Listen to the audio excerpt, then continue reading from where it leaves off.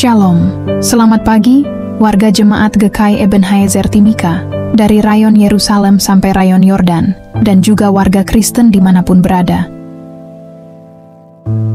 Kita patut bersyukur oleh karena pemeliharaan Tuhan sehingga kita dapat berjumpa lagi dalam siaran Bina Keluarga Kristen edisi Rabu tanggal 25 Juni tahun 2025. Pagi ini kita akan mendengarkan firman Tuhan dalam renungan pagi yang akan disampaikan oleh Penatua Ibu Jubelina Emsen. Untuk mengawali siaran di pagi ini, kita akan memulainya dengan doa. Shalom, selamat pagi Bapak, Ibu, dan saudara-saudari warga jemaat GKI Ebenezer Timika dari rayon Yerusalem sampai rayon Yordan, dan pemirsa yang menyaksikan siaran Bina Keluarga Kristen yang Tuhan Yesus kasihi. Salam damai sejahtera bagi kita sekalian. Sebelum kita membaca dan mendengarkan firman Tuhan di pagi ini, mari kita berdoa. Tuhan Allah Bapa kami di dalam kerajaan surga, Tuhan yang kami puji dan kami sembah lewat sabda kebenaran firman Tuhan. Tuhan Yesus, di saat ini kami akan membaca dan merenungkan firman Tuhan. Untuk itu Tuhan, Engkau memberkati firman Tuhan ini, agar ketika hamba-Mu sampaikan, boleh dapat dimengerti bagi warga jemaat-Mu. Terima kasih Tuhan Yesus, kami siap membaca dan merenungkan kebenaran firman-Mu. Amin. Warga jemaat dan pendengar serta pemirsa setia siaran BKK dimanapun berada yang dikasihi Yesus Kristus, di pagi hari Rabu tanggal 25 bulan Juni di dalam tahun 2025, sebelum kita memulai aktivitas rutinitas kita, saya ingin mengajak kita bersekutu bersama Tuhan Yesus Kristus dengan membaca dan mendengarkan firman Tuhan yang terpilih dari kitab Perjanjian Lama dalam kitab Ulangan pasal 12 ayat 7 sampai ayatnya yang ke-10 dengan perikop satu tempat ibadah. Demikian kata firman Tuhan. Di sanalah kamu makan di hadapan Tuhan Allahmu dan bersukaria, kamu dan seisi rumahmu, karena dalam segala usahamu engkau diberkati oleh Tuhan Allahmu. Jangan kamu melakukan apapun yang kita lakukan di sini sekarang, yakni masing-masing berbuat segala sesuatu yang dipandangnya benar. Sebab hingga sekarang kamu belum sampai ke tempat perhentian dan milik pusaka yang diberikan kepadamu oleh Tuhan Allahmu. Tetapi apabila nanti sudah kamu seberangi sungai Yordan dan kamu diam di negeri yang diberikan Tuhan Allahmu kepadamu untuk dimiliki, dan apabila Ia mengaruniakan kepadamu keamanan dari segala musuhmu di sekelilingmu, dan kamu diam dengan tentram. Demikian firman Tuhan yang menjadi pedoman. Kiranya kita selalu menjadikan firman Tuhan sebagai pelita untuk melangkah dalam terang kemuliaan Yesus Kristus. Dari pembacaan firman Tuhan di pagi ini, saya berikan tema dari renungan kita di pagi ini adalah sukacita dalam hadirat Tuhan. Warga jemaat GKI Ebenezer Timika dan pendengar yang menyaksikan siaran BKK Jemaat GKI Ebenezer Timika yang berbahagia dan dikasihi Yesus. Dari pembacaan firman Tuhan di pagi ini, ada dua bagian penting yang perlu kita ketahui, yaitu dalam ayat 7 tentang sukacita oleh karena pekerjaan dan berkat Tuhan bagi bangsa Israel. Dan di ayat 8 sampai ayat 10 berbicara tentang berhentinya pengembaraan bangsa Israel dan mereka akan masuk ke tempat perhentian yang Tuhan berikan, di mana mereka dapat beribadah dengan teratur dan mengalami damai. Bapak, Ibu, dan saudara-saudari yang terkasih, setiap orang tentu rindu akan tempat yang aman, damai, dan penuh sukacita. Demikian juga bangsa Israel dalam perjalanan panjang di padang gurun, namun Tuhan menjanjikan mereka suatu tempat yang tetap, di mana mereka bisa beribadah kepada Tuhan dengan bebas dan bersukacita. Ulangan 12 ini mengarahkan mereka pada pola ibadah yang terpusat, tertib, dan penuh berkat. Gambaran dari pola yang dimaksud yaitu yang pertama, sukacita di hadapan Tuhan. Kita lihat di dalam ayat 7a yang berkata, kamu harus makan di sana di hadapan Tuhan Allahmu dan bersukaria. Ayat ini menunjukkan bahwa ibadah bukan sekedar kewajiban rohani, tetapi juga undangan untuk menikmati sukacita bersama Tuhan. Kata bersukaria atau kata bersukacita menunjukkan bahwa Tuhan rindu umatnya menikmati hadiratnya dan ada kegembiraan rohani dalam persekutuan yang benar dengan Allah. Sebab ibadah tidak harus kaku dan dingin, melainkan hidup dan penuh syukur. Sehingga yang harus kita lakukan dalam ibadah adalah menciptakan sukacita bersama Tuhan. Sebab ibadah bukan hanya sebagai rutinitas yang terjadwal untuk kita hadir, berkumpul, tanpa merasakan hadirat Allah. Namun Tuhan ingin agar kita datang beribadah dengan bersukaria dan bukan terpaksa. Yang kedua, pemberkatan atas segala usaha kita dapat lihat dalam ayat 7b yang berkata, karena segala sesuatu yang dikerjakan tanganmu, yang diberkati Tuhan Allahmu, ibadah sejati di tempat yang ditentukan Tuhan, mendatangkan berkat atas pekerjaan. Tuhan tidak hanya peduli pada hal-hal rohani, tapi juga pekerjaan dan keseharian kita.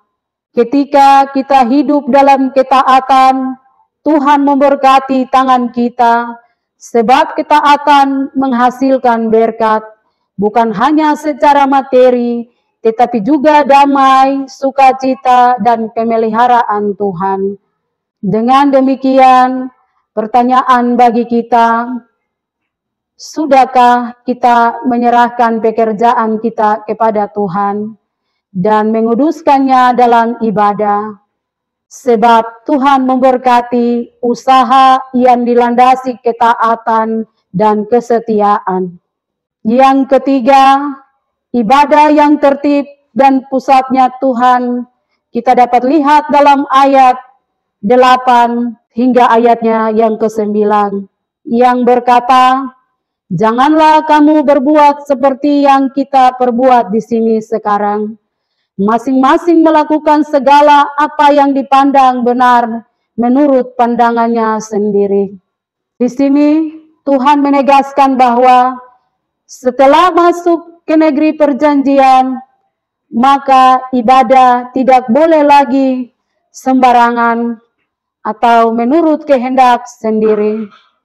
Karena Tuhan menentukan tempat ibadahnya seperti bait Allah di Yerusalem, dan ibadah yang disatukan di satu tempat menciptakan kesatuan bangsa, bahwa ini juga menekankan bahwa Allah adalah pusat ibadah, bukan manusia.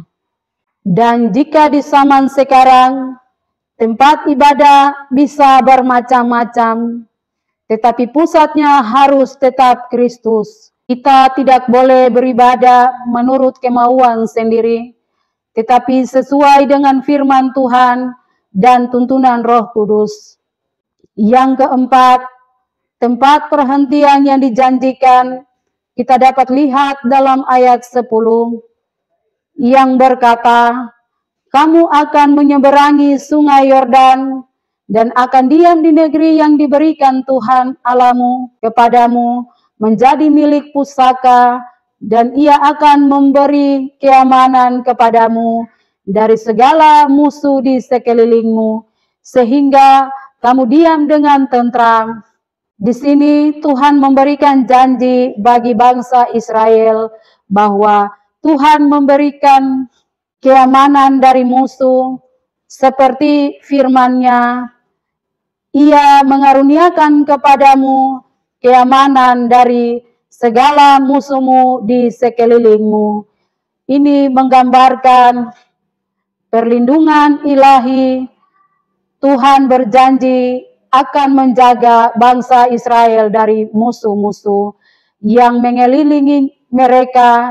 Ini penting karena Kanaan dikelilingi oleh bangsa-bangsa yang memusuhi Israel, sehingga janji ini tidak hanya tentang kemenangan, tetapi juga tentang rasa aman untuk hidup tanpa rasa takut.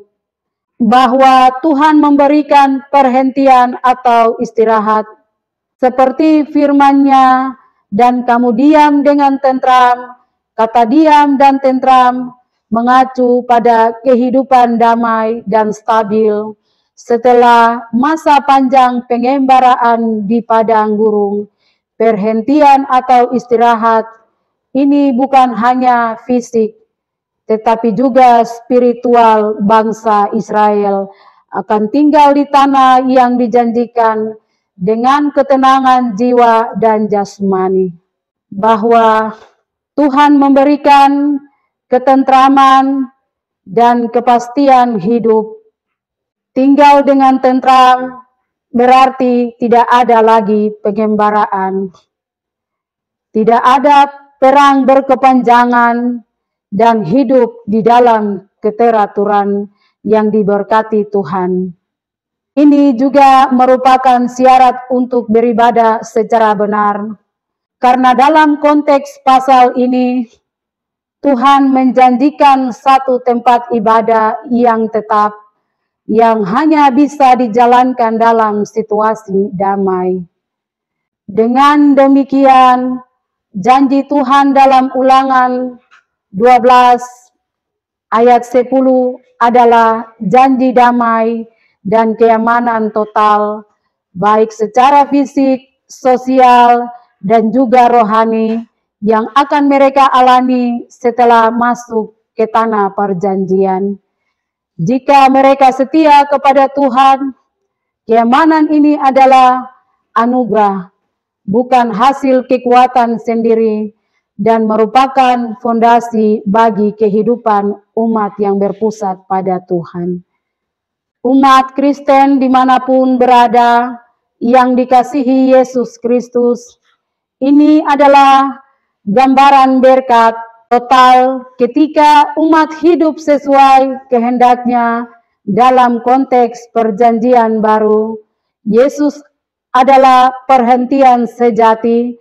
Kita dapat lihat dalam Ibrani pasal 4 ayat 9 sampai ayatnya yang ke-11, di mana kita menemukan kedamaian sejati. Bapak, Ibu, saudara-saudari yang terkasih, pertanyaan bagi kita saat ini, apakah kita sudah hidup dalam perhentian itu? Apakah hati kita tentram karena hidup dalam kehendak Tuhan? Dari firman Tuhan yang telah kita dengar di pagi ini, mengajarkan kita bahwa ibadah yang benar membawa sukacita dan tangan yang taat akan diberkati. Sehingga ibadah harus teratur dan berpusat pada Tuhan, maka ada perhentian dan damai dalam ketaatan kepada Allah. Tuhan Yesus memberkati firman-Nya dan menyempurnakan dalam hidup kita sekalian. Amin. Mari kita berdoa. Bapa di surga, Bapa di dalam nama Tuhan Yesus, di saat ini kami baru saja mendengarkan kebenaran firman Tuhan. Untuk itu Tuhan berkati firman Tuhan ini bagi kami sekalian, agar menjadi makanan rohani bagi kami, dan kami bisa mengaplikasikan itu di dalam kehidupan kami hari lepas hari.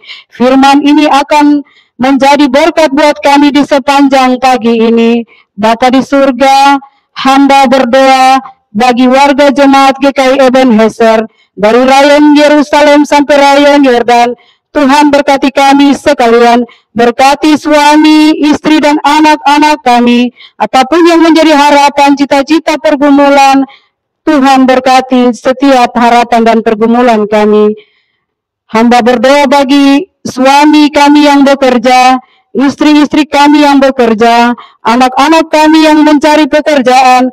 Tuhan berkati, Tuhan buka lowongan pekerjaan dan mudahkan mereka agar mereka mendapat pekerjaan. Anak-anak dalam bangku pendidikan, Tuhan berkati mereka agar mereka bisa menggapai harapan cita-cita mereka. Terima kasih Tuhan Yesus. Hamba bawa seluruh kehidupan kami, hamba bawa taruhannya dalam tangan kasih Tuhan, dan Tuhan Yesus memberkati seluruh kehidupan kami, mulai saat ini terus kekal sampai selama-lamanya. Amin. Demikianlah renungan firman Tuhan yang telah kita dengar di pagi ini. Kiranya Tuhan Yesus Kristus akan menyempurnakan firman-Nya bagi kita, dan memberikan kita kekuatan dan menyertai kita dalam aktivitas dan kerja kita di hari ini. Tuhan Yesus memberkati. Shalom.